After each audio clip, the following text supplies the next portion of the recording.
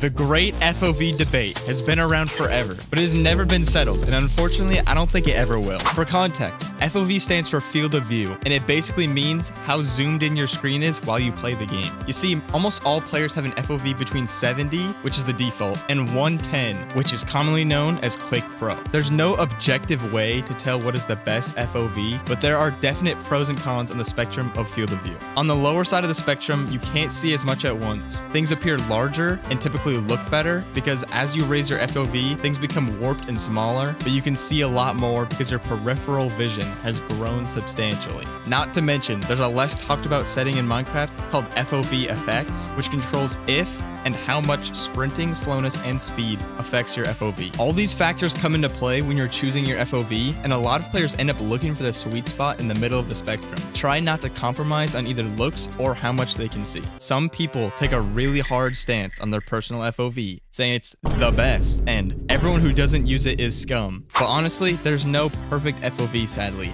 Besides mine, all jokes aside, I use 110 FOV, but with effects completely turned off, because I like to see a lot of the screen, but I think Quick Pro looks super warped when you sprint with effects on. I'm more into PvP and parkour, and I like not having the screen shifting in and out while I sprint or stop sprinting. I didn't even mention view bobbing, which determines if your screen bobs up and down while you walk, but that's mainly preference as well. I have it turned off because, if you can't tell already, I like my gameplay to be as smooth as possible. I've tried lowering my FOV into the 90s before, but my brain just doesn't like being zoomed in for some odd, stupid reason. A lot of people think that is the sweet spot, so if you aren't like me, that could be the perfect FOV for you. I'm curious to hear what FOV settings you guys use, so drop them in the comments. And so, the Great FOV Debate will probably forever exist, even though we all know the true winner. 30 FOV.